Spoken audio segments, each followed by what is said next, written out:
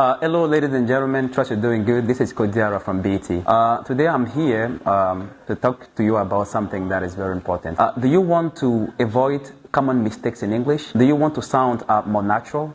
Do you want to improve your writing skills? Right. So if you really want to do that, I will ask you to learn English through collocations. A collocation is a pair of words or a group of words that are most of the time used together. So when you use it, you sort of sound more natural. Today we're going to learn 5 collocations with make. So the first one will be is to make a choice, which means faire un choix. So imagine you want to say gagner de l'argent, and then you want to use make. So how would you say gagner de l'argent in English, right? So you can use make with that. You can say to make money or to earn money, which is another expression, but you can use it with make. How would you say, for example, in English, prendre une décision? So I guess you will say to take a decision, right? So that would be wrong, because the right one is to make a decision. So we also have to make an impression, qui est faire une impression.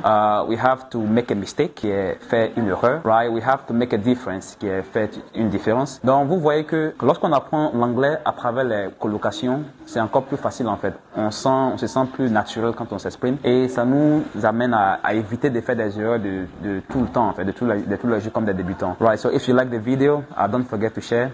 That was Diarra from BT. Bye bye.